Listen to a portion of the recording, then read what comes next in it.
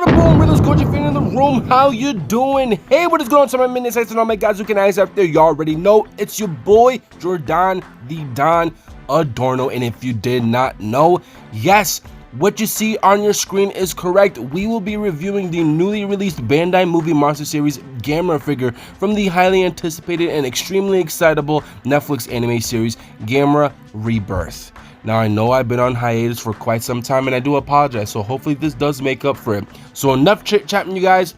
Let's just jump right into the review. So starting things off with the header card, we get the first image that we got of Gamera originally once we heard the announcement of a Gamera anime series coming out. A nice little silhouette inside and a close-up shot of Gamera's eye.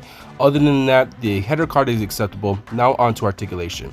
And in my opinion, the articulation is really the downfall to this figure. So you get a full 360 rotation on both of the arms, which is a good touch. And the only source of articulation that is left, believe it or not, is the tail.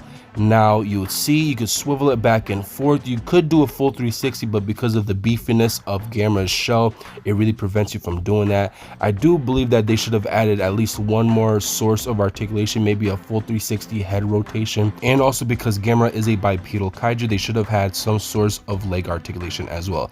But enough of that, now on to the actual figure. And might I say, wow. This figure, when you own this in hand, you guys, is an extremely large figure. Now, I will say, it does tend to be around the short side of things, so you might find some type of shelf space for this, but because of how wide and how large and massive it is, that's where you're probably going to struggle with it the most when terms of finding shelf space. Now, overall, the details on this are insane, okay? The crevices and the new armored plated details given to Gamera protruding all the way down through both of his thighs and his arms, including that new armored plate on its abdominal region, is extremely detailed. Absolutely love them. I love the new features and added details to the spikes. The hands look amazing, as mentioned before already. Overall, you guys, this figure is absolutely insane and an extremely cool collectible item to have in your collection, especially because Gamera's making a huge comeback, you guys. So I will say, between this and the SH Monster Arts Gamera figure, I was debating on whether if I wanted to get one or the other, and I'm not gonna lie, I kind of caved in. So not only am I presenting to you guys with this bad boy right here, sooner or later when the actual SH Monster Arts Gamera figure drops, I will also be reviewing that as well. But enough about that, on to the actual figure of today's review. Now, my all-time favorite part of this specific figure is what you're looking at right now, and that is Gamera's shell. This looks incredibly insane. It is huge. It is massive.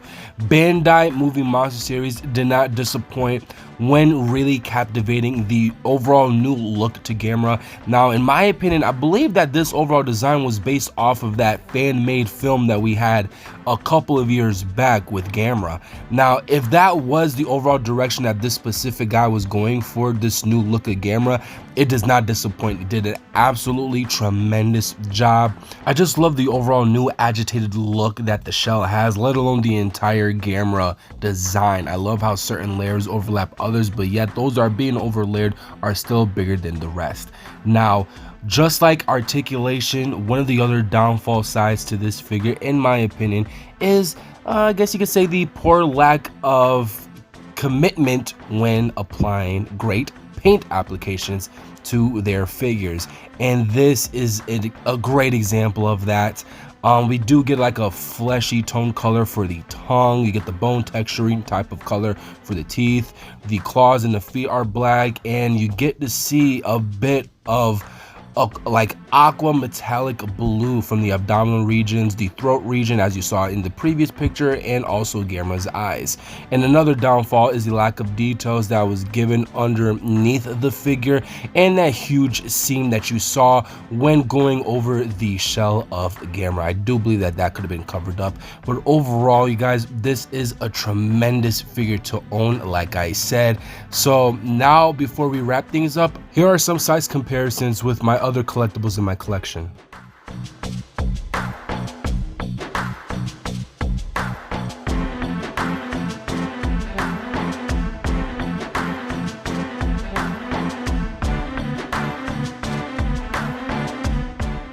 But overall, you guys, despite the minor downfalls such as the lack of articulation and poor paint application, this is still an amazing figure to own. I mean, just look how it looks with a couple of the figures in my collection of my brand new shelf that I will soon present to you guys in a later video. But overall, you guys, go ahead and grab this bad boy as soon as you can, and I hope you guys enjoy this video. Make sure you guys leave a like, comment, and subscribe, and see you guys very, very soon.